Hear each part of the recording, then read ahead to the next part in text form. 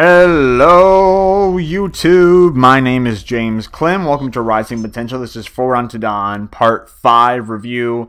Once again, I couldn't do the review early because I got hit by a hurricane. I lost all my power, but I got it back, and now I can do the review. The episode is in the description. Go watch it, come back so you're not spoiled.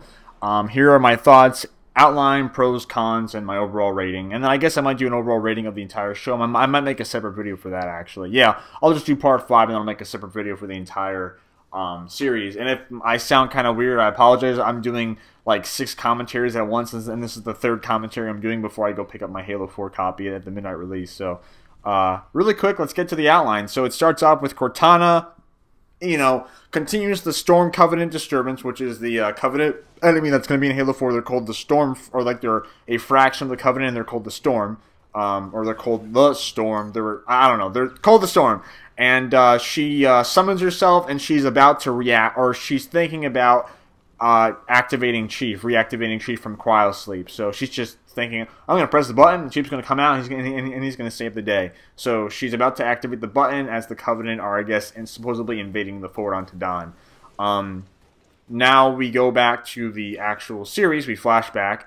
And Chief Lasky and his gang are on the run from the Covenant. Eventually, their Warthog gets splattered by, or a Jackal gets in the way and splatters the Warthog, and it causes the Warthog to stop. Which is funny because in all the Halo games, when I splattered a Jackal, the Warthog never stopped for me. But I guess they were unlucky, and I guess it needed to happen for stuff to go down. So they hit the Jackal, and it stops the Warthog from moving. And like I said, everything looks great. The effects look good. The Jackal looked good. The blood on the window looked pretty realistic. So, and if that is all CGI, bravo to the special effects people.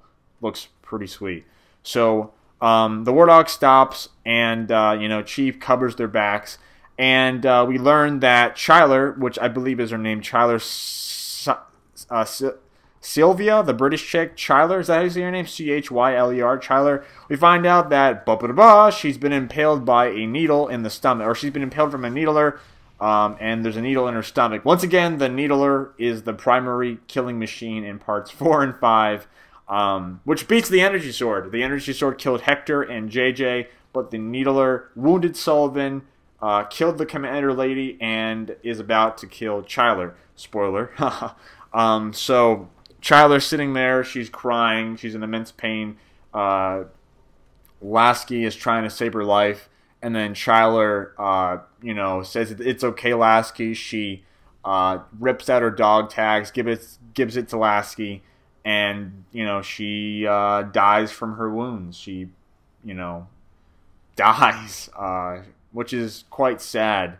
And I'll mention that in the pros and cons, but yeah, she dies pretty much in Lasky's arms, and Lasky's upset, and Chief and the others have to say, I'm sorry, Lasky, and I know that it's incredibly fucked up for us to do this, but we have to leave her body so we can escape. So I always found that kind of fucked up, how they leave a person's body to, like, rot or whatever. I mean, I'm sure the body's going to be disintegrated by the glassing, but it's still pretty messed up that you have to leave your dead comrade with you. You're not even going to give her a proper burial.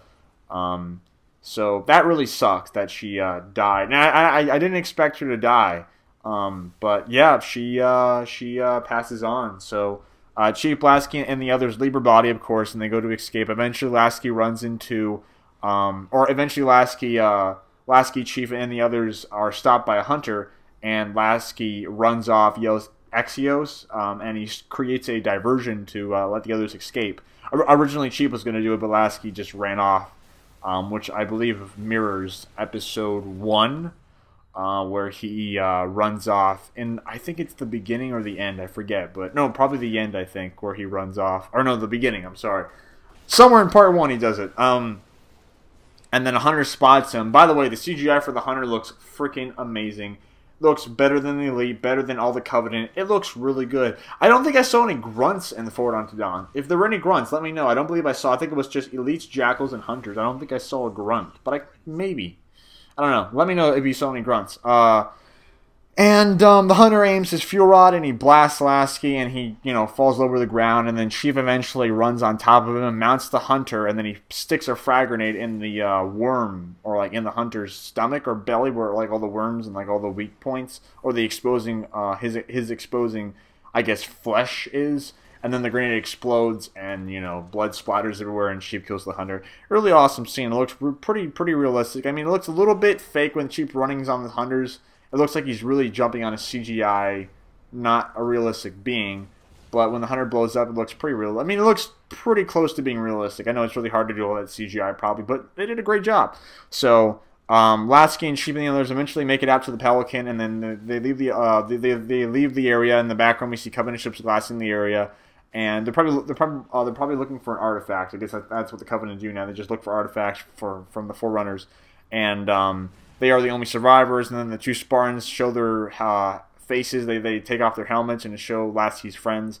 And someone pointed out in the comments of Part 5 on the Machinima Prime view page that, oh my god, it's Cat and Noble 6. I'm pretty sure it's not Cat and Noble 6, because I'm pretty sure Chief said Kelly, so that girl might be Kelly. But I thought Kelly had blue hair, so that might be Linda. I don't know. I think her number was 087. I don't memorize the tag number, so I forget who that is. And I'm pretty sure he's not Noble 6 because he's a Spartan 3. And so is Cat a Spartan 3. They're Spartan 2, so I'm pretty sure that wasn't... I'm not pretty sure. That wasn't Cat and 6.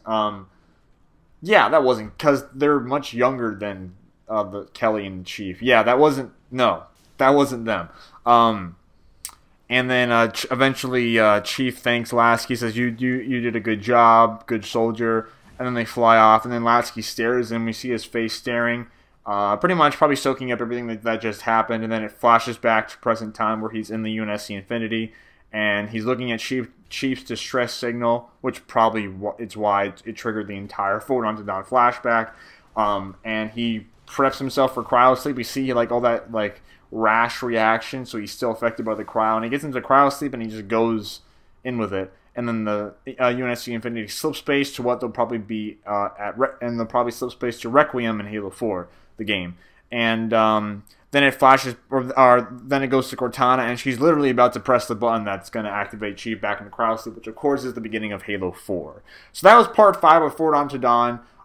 Yeah, it was really good. Not as much action as Part 4, but I thought it was a really good episode. Pros of this part, once again, great camera effects, music, sound effects, acting. The acting of Chyler, I forget her name, and the same for the one for Lasky. They did a great job, amazing job. But I don't know, like just watching the scene where Chyler dies, it wasn't as sad as I thought it was going to be. They both did a great job acting. It just wasn't as sad as I thought it was going to be. And I just repeated myself. But yeah, I was expecting it to be a lot more depressing, because like I said, when they kissed in Part 3, I actually cared about that. And when Chyler died, I didn't really care. I mean, I cared a little bit, but not as much as I thought I would. So, I don't know, maybe because there was so much action and I was focusing on, stuff blowing up around them rather than the actual characters.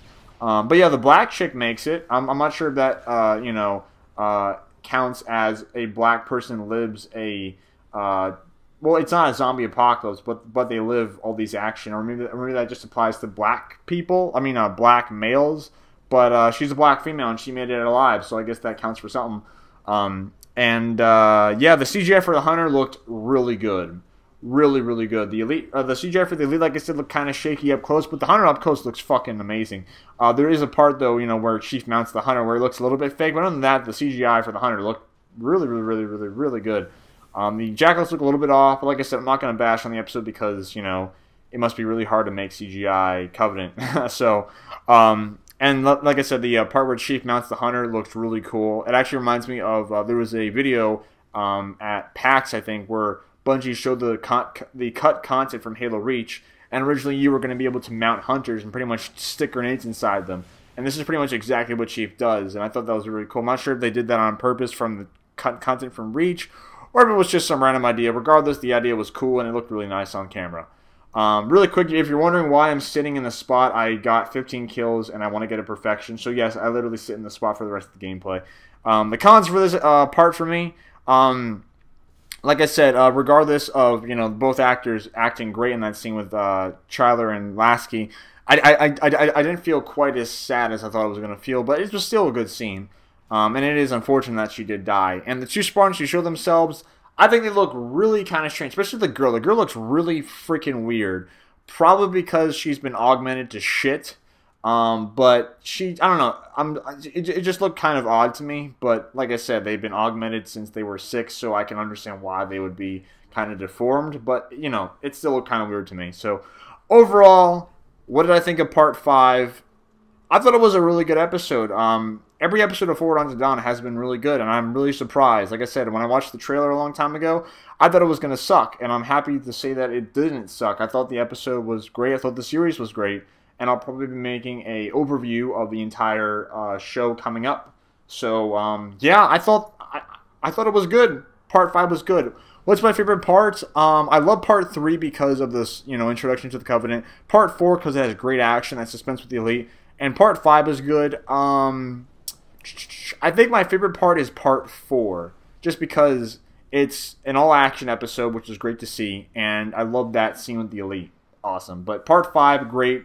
Part 4 and 5 get A's. they were really good. Perfection. So that was my review of Part 5. Let me know what you thought. And if you haven't seen my last 2 videos, my last video I did a review of Red vs. Blue Season 10, Episode 21. And my second to last video was a review of Forward Unto Dawn Part 4. Thank you for watching. Stay tuned for some more content on Rising Potential. Halo 4 is coming up. Very close. Thanks for watching. Bye for now.